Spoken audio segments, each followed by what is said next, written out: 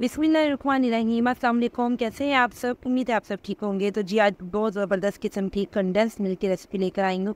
Homemade condense milk, वो भी सिर्फ 2 चीज़ों के साथ, और इतने ईजी वे में आपको बताऊँगी कि एक बिगनर्स के लिए तो बहुत आसान हो जाएगा बनाना। इसके अलावा बच्चे भी इसे बना सकते हैं।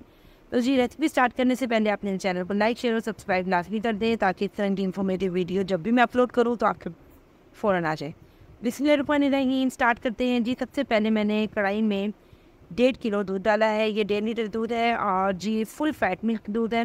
ठीक है, इस पर आपको मलाइयाँ भी नज़र आ रही होंगी। ये मैंने सुबह को बॉईल किया था, लेकिन वीडियो बनाने में टाइम लग गया तो इसके ऊपर मलाई की लेयर आ गई थी, तो मैंने वो उतारी नहीं है। उसके साथ ही मैं ऐसे बना रही हूँ। और इसके अंदर जी चीनी जाएगी 3 कप में जी मैंने डाले हैं भर कर।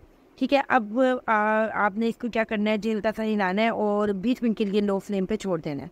ठीक है जी, अब यहाँ पे देखें जी 20 मिनट हो गए थे, तो फिर मैंने आके इसके ऊपर देखें फोम भी आना शुरू हो गया था इसके ऊपर।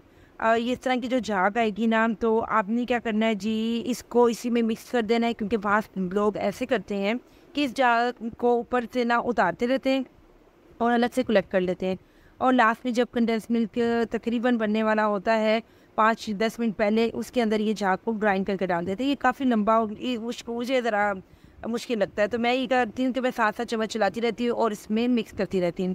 और अच्छा जी, मैं इसकी आपको टिप्स बताता हूँ कि आपने इस बनाने के लिए किन चीज़ों का ये त्याग करनी है। सबसे पहले तो आपने मोटे पेंदे की एक बर्तन लेना है, जो भी आपने लेना है, या फिर नॉन स्टिक की कढ़ाई लेनी है। ठीक है जी।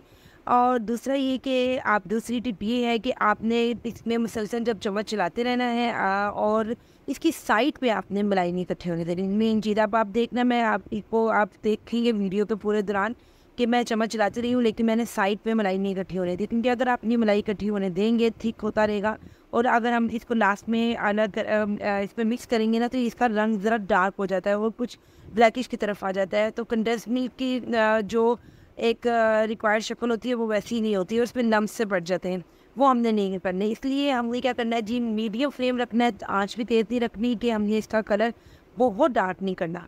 ठीक है, आहिस्ता आहिस्ता इसका कलर लाइट से वाइट से ना कलर से लाइट कंडेंस मिल्क की तरफ आहिस्ता आहिस्ता इसका कलर जाएगा। ये नहीं कि हमने एकदम से इसको आँच तेज़ करनी है और उसका कलर वो हो जाएगा। तो ये इस तरीके से ना उसका कलर अच्छा आएगा, ना ही इसका टेस्ट अच्छा आएगा। ठीक है जी। अब आपने क्या करना है जी, इसमें चम्मच चलाते रहना है, और ये देखें जी माशाल्लाह से आहिस्ता आहिस्ता इसका रंग ज़रा चेंज हो रहा है। लेकिन मैंने इसको हाई फ्लेम पे नहीं रखा, मैंने मीडियम पे ही बनाया है। देखिए यहाँ भी मैं इस कंटिन्यूसली चम्मच चलाती रहूँगी। अभी पतला है। अच्छा जी, वो मैं एक और चीज़ आपसे शेयर कर दूँ। अगर बहुत से ऐसे लोग हैं जो सोच रहे हो, बच्चियाँ सोच रही हो कि जी 1.5 लीटर का उन्होंने नहीं बनाना।